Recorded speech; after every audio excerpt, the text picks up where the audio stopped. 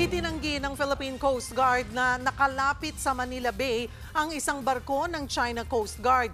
Pero bantay sarado pa rin ng China ang Bajo de Masinloc sa West Philippine Sea. Nasa frontline ng balitang yan, si Gio Robles. Umaaligid ang isang barko ng China Coast Guard 24 nautical miles lang mula sa Manila Bay. Base yan sa social media post ng maritime expert na si Ray Powell. Agad rumesponde ang Philippine Coast Guard. Pinadala ang BRP Cape San Agustin para itaboy ang barko ng China. Pero paglilinaw ng PCG, hindi pumasok sa Manila Bay ang barko. Nakita raw ito sa layong 58 nautical miles mula Capones Island, Zambales. 4408 departed last night to replace BRP Teresa Magbanwa. And it will be 4408 to continue the patrol sa vicinity of Bajo de Masinloc and off the coast of Zambales.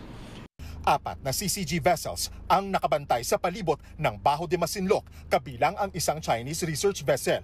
Kinumpirma ng PCG na pabalik na sa mainland China ang mga nasirang barko ng CCG at Navy nito.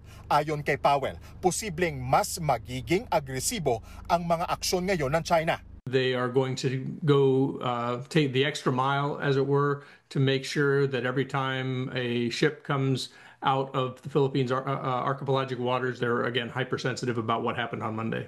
Kasunod yan ang banggaan ng mga barko nito noong Lunes. Sabi ng isang Chinese expert, dapat daw magbayad ang Pilipinas.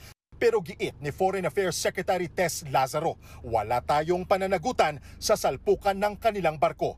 Ang China pangaraw dapat ang magbayad sa mga nasira nating gamit at barko sa pangaharas nila sa ating Coast Guard sa Ayungin Shoal, Hunyo noong nakaraang taon. Samantala, ayon sa isang ulat, posibleng magdagdag ang Amerika ng missile launcher sa Pilipinas para pigilan ang tensyon sa West Philippine Sea. Habang ang Taiwan naman nagpasalamat sa suporta ni Pangulong Bongbong Marcos sa kapayapaan sa Taiwan Strait. Nagbabalita mula sa Frontline, Gio Robles, News 5. Mga kapatid, Cheryl Cosing po. Maging maalam at may pakialam sa mga napapanahong issue at headlines. Mag-follow at mag-subscribe na sa social media pages ng News 5.